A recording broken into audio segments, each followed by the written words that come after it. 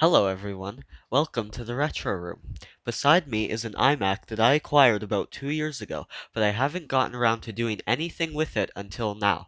So today we're going to be installing Windows 7 on it and answering the question, can a 14-year-old iMac still game? And more importantly, can it run Crysis?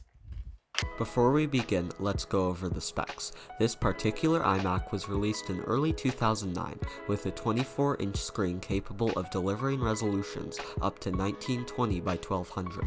Inside comes 4 gigs of dual-channel DDR3 RAM, an Intel Core 2 Duo, a 256GB solid-state drive, and an NVIDIA GeForce 9400M equipped with 256MB of dedicated VRAM, coming in at the high price of $1,800. It was not for the average person, but now you can find them for around $150 on the used market. With that being said, let's have some fun with this computer. We'll start by installing Windows 7. I grabbed my Windows 7 install disk and inserted it into the iMac. However, it didn't work and instead the iMac spat the disk out. I then retrieved a USB thumb drive that I had lying around and proceeded to write a Windows 7 ISO image to the drive. After that was done, I plugged the drive into the iMac, held down the Alt key upon boot up, and waited for the iMac to recognize the USB installer, which never happened. This was not going to be easy. As a final attempt to load Windows 7, I brought out my stack of blank DVDs, plugged it into my external DVD drive, and burnt the ISO to that. After 10 minutes, I finally had a fresh Windows 7 DVD ready to be inserted into the iMac. I inserted the disc, and unsurprisingly, the iMac spat the disc out.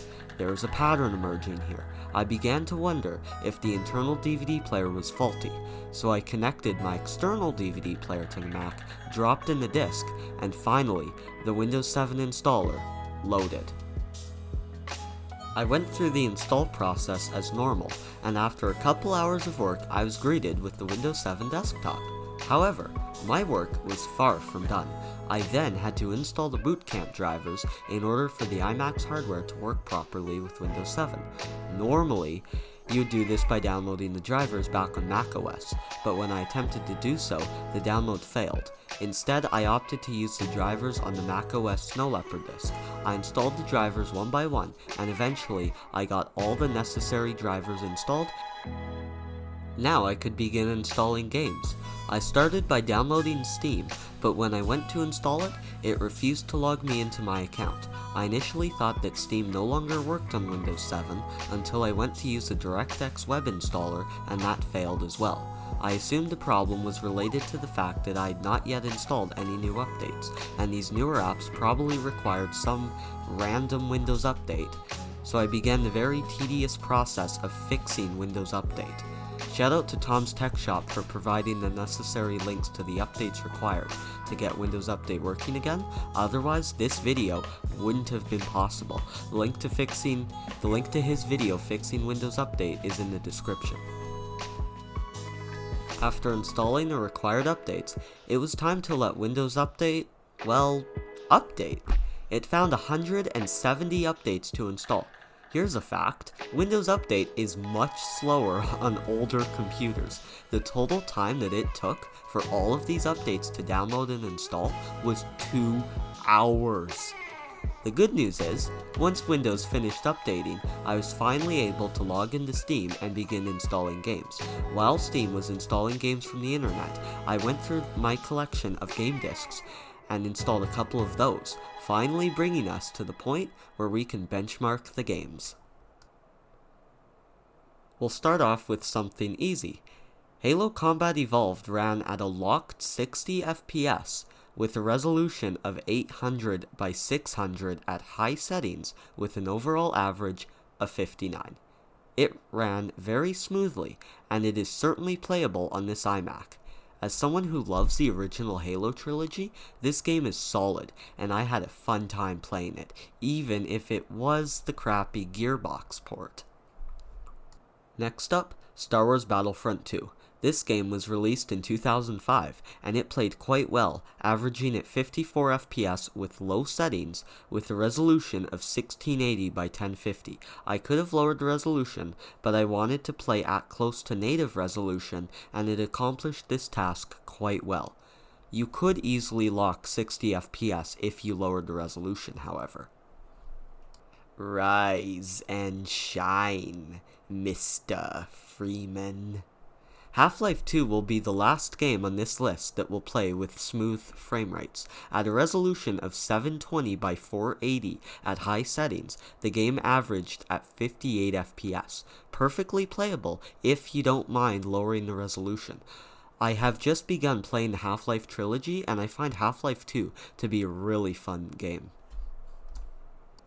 2007 gave us Halo 2 on PC for the first time, and this is where the GeForce 9400M began to struggle. At a resolution of 800 by 600 on low settings, the game averaged a playable 50 FPS, but I found it to be quite inconsistent, and it felt like it would drop to somewhere in the 40s. It is playable, but I found it quite unenjoyable to play with these settings and frame rate. The second to last game of this time period that I'll be testing is Call of Duty Modern Warfare. With a resolution of 720 by 480 at low settings, the game only gets an average of 33 FPS. I found it to be playable, but not recommended for a shooter. These frame rates are nowhere near as bad as the final game of this time period that I'll be testing. But can it run Crysis? Such was the burning question of every PC gamer back in 2007, and this machine will disappoint. While it can run the classic title, it only does so with a resolution of 800 by 600 at low settings with an average frame rate of 19 FPS. I would not recommend this iMac for Crysis or any game from the mid-2000s as it struggles to run them. Moving on to the final game that I benchmark, BeamNG Drive at its low settings preset with a resolution of 640 by 480 only comes in at a 20 FPS average. The game looks like garbage at these settings, and it is practically unplayable. It should be noted that they used the alpha release in an attempt to make the game easier to run, however it still probably didn't matter much. I did attempt to launch Apex Legends and Fortnite, however, they refused to launch since this graphics card only supports DirectX 11 with a feature set of 10.0. With a $150 price tag attached to this computer today and the ability to buy used laptops that get you better performance, it asks the question, should you buy this computer today? No, of course not. It would be a waste of money, and it takes up a lot of space wherever you want to put it, but it has found a place for vintage tech collectors or Apple enthusiasts. Today it serves as a nostalgic piece of computing history that reminds us of the past, and to some of us, better times and good memories. If you made it to the end of the video, thank you for watching. Please leave a like and do consider subscribing if you found this video interesting. That's it for today, and as always, stay retro, and I'll catch you in the next video. Bye.